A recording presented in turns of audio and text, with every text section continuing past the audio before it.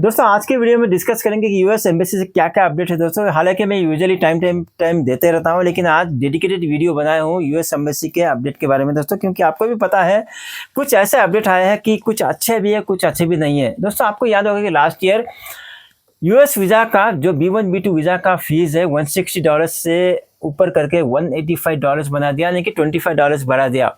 ठीक है, और हमको भी लगा था, मेरे को लगा था कि धीरे धीरे करके दूसरा कैटेगरी का भी बढ़ाएंगे, राइट। ओके ठीक है, ये तो नॉन इमिग्रेंट वीज़ा का हो गया, उन्होंने बढ़ा दिया। अब देखिए दोस्तों, अगर अभी रिसेंटली न्यूज़ आ रहा है कि वो वर्क परमिट का वीज़ा का भी वीज़ा फीस बढ़ाने की कोशिश में है, जैसे कि H1B वीज़ा में मैं देख रहा हूँ कि वो स्क्रीनशॉट तो नहीं डालूंगा अभी, आप देख लीजिए, हर चीज़ हर जगह मिल जाएगा। वो ये कर रहे हैं कि H1B वीज़ा में जो अभी करंट फीस है यूएस वीज़ा प्रोसेसिंग का, वो बढ़ा देंगे। अब वो कितना बढ़ाएंगे, क्या परसेंट बढ़ाएंगे, उसका तो अभी कोई नंबर नहीं है, लेकिन आप बहुत जल्दी देखोगे कि जो भी H1B वीज़ा का प्रोसेस में है उनका वीज़ा फीस बढ़ सकता है। अगर आपने पहले ले चुके हैं अपॉइंटमेंट तो उनके लिए कोई इम्पैक्ट नहीं है। जो H1B वीज़ा नया लेने वाले हैं, नया अपॉइंटमेंट बुक करने वाले हैं, वीज़ा फीस पे करने वाले हैं, उनको दिक्कत आ सकती है। हाँ, अगर ये इम्प्लीमेंट होने के पहले उन्होंने पे कर लिया, अपॉइंटमेंट ले लिया, कोई दिक्कत नहीं है। लेकिन ये वीज़ा फीस बढ़ने के बाद अपॉइंटमेंट ले रहे हैं तो आपको थोड़ा सा फीस ज़्यादा देना पड़ेगा। अब कितना पता नहीं है, वो एक चीज़ होगा। दूसरा चीज़ दोस्तों को 2-3 दिन पहले एक न्यूज़ आया था कि आते रहता है कि देखिए इतना खुशखबरी है, मतलब पर प्रीवियसली कंपेयर करने के आज if you compare previous time drastically, मतलब इतना सारा अपॉइंटमेंट कम हो गया, आपको इमीडिएटली मिल जाएगा। अभी मतलब हज़ारों लाखों में बता रहा है कि हमने इतना वीज़ा प्रोसेस किया, मानते हैं। अब एक छोटा सा चीज़ बोलना चाहता हूँ, मेरा थिंकिंग है, पैंडेमिक के पहले मतलब कोई भी कैटेगरी में B1 B2 वीज़ा हो, अपॉइंटमेंट बुक करेंगे तो 2 हफ्ते के अंदर मिलता था दोस्तों, मैक्सिमम 3 to 4 वीक्स, नहीं तो ये क्या 2 हफ्ते के अंदर करंट डेट मिल जाता है। अब पैंडेमिक के बाद यानी कि 2 साल का वेटिंग पीरियड, 1 साल का वेटिंग पीरियड, मानते हैं पैंडेमिक था दोस्तों, लोग कम हुए, लोग छोड़ दिए, मतलब वीज़ा प्रोसेसिंग थोड़ा ये हो गया, मतलब थोड़ा सा होल्ड हो गया था, इंटरनेशनल ट्रैवल होल्ड हो गया था, मानते हैं। ओके, उसके बाद जैसे शुरू हुआ, मानते हैं कि बैकलॉग था, बैकलॉग क्लियर करना है, स्टूडेंट्स को प्रायोरिटी देना है, वो क्लियर करना है, मान गए। अब 3 साल हो गए, अब और क्या बैकलॉग क्लियर करना है, और कितना साल चाहिए नॉर्मल होने के लिए? 3 साल हो गए दोस्तों, अभी भी क्या हमको मानना पड़ेगा कि मतलब आई रियली डोंट नो क्या दिक्कत है, यानी कि अभी भी वो 3 साल में मतलब सारे के सारे जो ऑफिसर्स थे उनको ये क्या बोलते हैं, हायर नहीं किए, ऑफिसर्स नहीं है, या फिर जो बैकलॉग था अभी तक कम नहीं हुआ?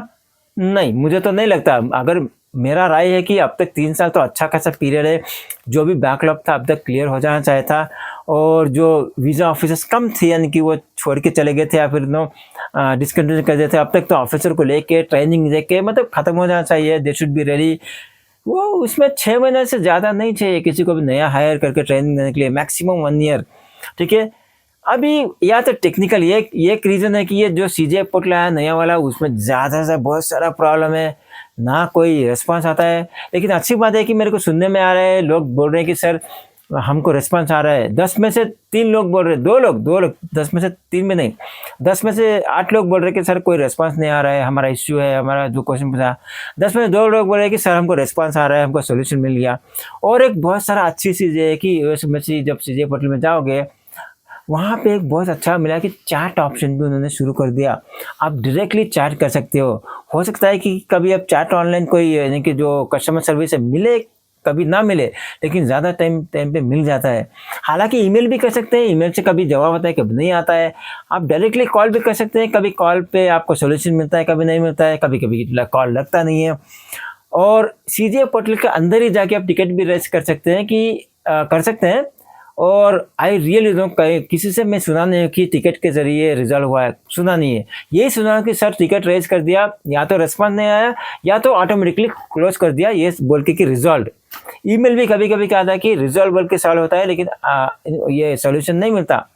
हाँ, कुछ लोगों का जेन्युइन प्रॉब्लम है कि उनको पता नहीं कि कैसे रिस्पॉन्ड करना है, क्या लिखना है। वो मैं समझ को दोष नहीं देता, कैंडिडेट को देता हूँ। अदरवाइज ओवरऑल देखो तो परसेंटेज बहुत ही कम है जहाँ पे रिस्पांस मिलता है, सॉल्यूशन मिलता है, बहुत ही कम है। मैं यूएस एम्बेसी से इनकी रिक्वेस्ट करूँगा कि थोड़ा सा जो प्रोसेस है यूएस वीज़ा का और भी थोड़ा इम्प्रूव करें, स्पेशली CJ पोर्टल में जो इश्यूज आ रहे हैं उसको फिक्स करें, और जो यानी कि जो अपॉइंटमेंट ले रहे हैं, मैं मानता हूँ कि 2 साल पहले देखो तो आज वेटिंग पीरियड बहुत ही कम हो गया। आप ऐसा कुछ कीजिए कि मतलब वेटिंग पीरियड 1 महीने से ज़्यादा ना हो, और जो भी क्वेश्चंस पूछ रहे हैं, जो पब्लिक आपको ईमेल लिखते हैं या फिर टिकट रेज करते हैं या फिर कॉल करते हैं, चैट करते हैं, ज़्यादा से ज़्यादा ट्राई कीजिए कि सॉल्यूशन देने के लिए जल्द से जल्द, कि मैं 2 दिन 1 दिन नहीं बोल रहा हूँ, 3-4 दिन लीजिए, 1 हफ्ता लीजिए, लेकिन सॉल्यूशन देने की कोशिश कीजिए। अच्छा ये होगा कि आप 2 दिन के अंदर सॉल्यूशन दे दें, ताकि हर किसी को अर्जेंट होती है, हर किसी का कोई प्लान होता है। हाँ, एक चीज़ है कि दोस्तों मेरे को बहुत खुशी होती है कि स्टूडेंट्स लोगों से मेरे को ज़्यादा कंप्लेंट नहीं आता स्टूडेंट्स लोगों को, क्योंकि स्टूडेंट्स को प्रायोरिटी दिया जाता है, राइट? हमको भी देना चाहिए, क्योंकि education is very very important, तो वहाँ से कोई ज़्यादा दिक्कत नहीं है। हाँ, ये सीजीए पोर्टल का दिक्कत तो सभी के लिए है, लेकिन ये जो बोलते हैं कि मतलब अपॉइंटमेंट का और इंटरव्यू का उनका थोड़ा सा अच्छा चल रहा है, ठीक है। और बात कर लेते हैं कि मतलब H1B2 वीज़ा का प्रोसेस, अप्रूवल चांसेस क्या-क्या है, कैसा है? देखिए दोस्तों, आप देखेंगे comparing to last year this year बहुत ही स्ट्रिक्ट हो रहे हैं वीज़ा ऑफिसर्स, वीज़ा प्रोसेस में भी स्ट्रिक्ट हो गया है। जैसे कि बायोमेट्रिक पे जाओगे, पहले क्या होता था, कोई बंदा, कोई कंसल्टेंट कहाँ से भी किसी एक डम्मी ये DS-160 में करके दे देगा, ना उसका आता पता, ना कंफर्मेशन। आप यहाँ पे आपको पता चला कि जब अपॉइंटमेंट लिया था, आप 1 साल के बाद इंटरव्यू को जा रहे हैं, बहुत सारे इन्फॉर्मेशन चेंज हो गया, ट्रैवल डेट चेंज हो गया, तो आपको नया DS-160 कंफर्मेशन लेना पड़ेगा, नया DS-160 आपको फिलअप करना पड़ेगा। तो आप लेके चले, वहाँ पे पूछते हैं कि पुराना वाला किधर है। कुछ लोगों के पास तो पुराना वाला है, ये प्रूफ पुराना वाला क्यों पूछ रहे हैं? ये जानने के लिए आप ही ओरिजिनल ओनर हुआ नहीं, जो अपॉइंटमेंट का। कुछ लोगों के पास पुराना वाला नहीं है, कंफर्मेशन में नहीं है और लॉगिन में नहीं कर पाए, क्योंकि खुद ने आपने नहीं किया, किसी और ने किया लॉगिन, कंसल्टेंट ने या एजेंट ने, आपके पास नहीं है, तो उनका वीज़ा इंटरव्यू होता नहीं है, बायोमेट्रिक भी नहीं होता, वो वापस बिजनेस फिर से शुरू करना पड़ता है, राइट? तो ये दिक्कत है, बहुत स्ट्रिक्ट हो गए हैं। इसीलिए मैं कहता हूँ कि जो भी आप अपॉइंटमेंट बुक करेंगे, वो DS-160 को सबमिट करने के बाद ही करना। DS-160 सबमिट करके वो कंफर्मेशन पेज आप रख लीजिए अपने पास। अगर एजेंट ने किया है तो उनसे मंगा लीजिए, और एजेंट ने किया तो ये क्या बोलते हैं, DS-160 का जो भी सिक्योरिटी क्वेश्चन है उनसे ले लीजिए। अगर आप खुद आपने किया है तो जो भी DS-160 का पोर्टल का सिक्योरिटी क्वेश्चन है कहीं पे लिख के रख लीजिए, ताकि आप भूल ना पाए। बहुत सारे लोग मेरे पास आए, सर मैं अपना भूल गया हूँ, सिक्योरिटी क्वेश्चन मेरे को याद नहीं है, तो क्या करो, कैसे लॉग इन करो? देखिए, US एम्बेसी से आप हेल्प ले सकते हैं, लेकिन थोड़ा लिमिटेशन है, किस किस को हेल्प करेंगे, मुश्किल है। इसलिए जब आप DS-160 का पोर्टल क्रिएट करेंगे, DS-160 बनाएंगे, प्लीज़ आप DS-160 नंबर और सिक्योरिटी क्वेश्चन को सेव कर दीजिए, कहीं पे लिख लीजिए। उसके पहले DS-160 को सबमिट करके आप प्रिंट आउट लीजिए, वो हमेशा रहेगा, राइट? वो वेरी वेरी इंपॉर्टेंट है। अब दूसरा चीज़ दोस्तों, इंटरव्यू की बात करता हूँ। इंटरव्यू दोस्तों देखिए, थोड़ा सा वहाँ पे भी स्ट्रिक्टनेस हो गया है, बहुत अच्छी तरीके से वो पहले से ही करते थे, अभी भी कर रहे हैं, लेकिन मान लीजिए कि दे आर वेरी प्रोफेशनल और वो अपना काम अच्छी तरह से जानते हैं, बहुत क्या बोलते हैं, प्रोफेशनली स्ट्रिक्टली पूछते हैं।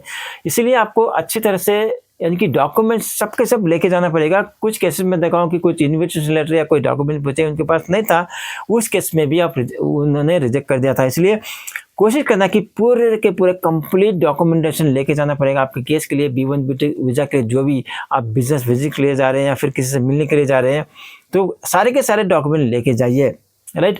तीसरी बात, आप अच्छी तरह से प्रिपेयर करके जाइए। इतना सारा मुश्किल करके आप उन्होंने पूरा अपॉइंटमेंट लिए हैं, $185 दिए हैं, आप ऐसे ही चले जाओगे तो मुश्किल हो जाएगा। आप प्रिपेयर कीजिए, खुद से प्रिपेयर कीजिए, या फिर हमारे वीडियो चैनल पे बहुत सारी वीडियोस है कि डॉक्यूमेंटेशन के बारे में, या फिर इंटरव्यू में क्या क्या क्वेश्चन पूछते हैं, क्या आंसर देना चाहिए, या फिर आपका इंटरव्यू को कैसे प्रिपेयर करते हैं, उसके बारे में मैं वीडियो करके डाला हूँ, देख लीजिए, बहुत सारा हेल्प होगा, ठीक है? करके आप तैयारी करके जाइए, ताकि आप इंटरव्यू का, B1B2 वीज़ा का इंटरव्यू का या फिर कोई US वीज़ा का इंटरव्यू का अप्रूवल चांसेस बढ़ जाए, राइट? ऐसा ही नहीं चाहिए। या फिर किसी और से भी हेल्प ले सकते हैं, कोई अच्छा कंपनी है उनसे भी ले सकते हैं, या फिर अगर आपको मेरे से हेल्प लेना है, आप चाहते हो कि मैं गाइड करूं आपके इंटरव्यू प्रिपरेशन में, आप मेरे को भी ईमेल कर सकते हैं, मैं आपकी हेल्प करने की कोशिश करूंगा। तो चलिए दोस्तों, आज के वीडियो में इतना ही। आशा करता हूँ कि आपको ये वीडियो अच्छा लगा होगा। क्विक अपडेट था US एम्बेसी का, और जो कोई भी US एम्बेसी के बारे में अपडेट ढूंढ रहे हैं उनसे शेयर कीजिए, ताकि उनको भी पता चले। और इस वीडियो को आप पहली बार देख रहे हो, इस चैनल पे पहली बार आए हैं, तो आप सब्सक्राइब कर सकते हैं, क्योंकि ऐसे ही US एम्बेसी रिलेटेड अपडेट्स और वीडियोस हम अपडेट करते रहते हैं। तो चलिए, मैं मिलता हूँ आपसे अगली वीडियो में, तब तक टेक केयर, बाय बाय।